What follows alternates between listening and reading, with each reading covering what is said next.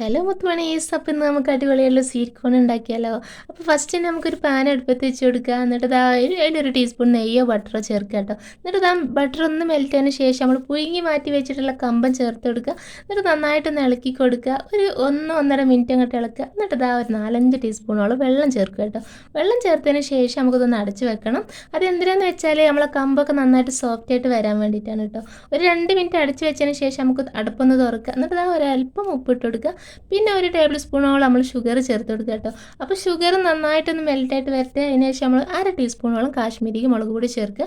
മുളക് പൊടി ചേർക്കുമ്പോൾ നല്ലൊരു കളറും നല്ലൊരു എരിവും കിട്ടും. പിന്നെ ഒരു ടേബിൾ സ്പൂണോളം ടൊമാറ്റോ സോസും കൂടെ ചേർക്കുക കേട്ടോ. പിന്നെ നിങ്ങളെ കയ്യിലുണ്ടെങ്കിൽ ഒരു ടീസ്പൂണോളം നമ്മൾ ചാറ്റ് മസാലയും കൂടെ ചേർക്കുക.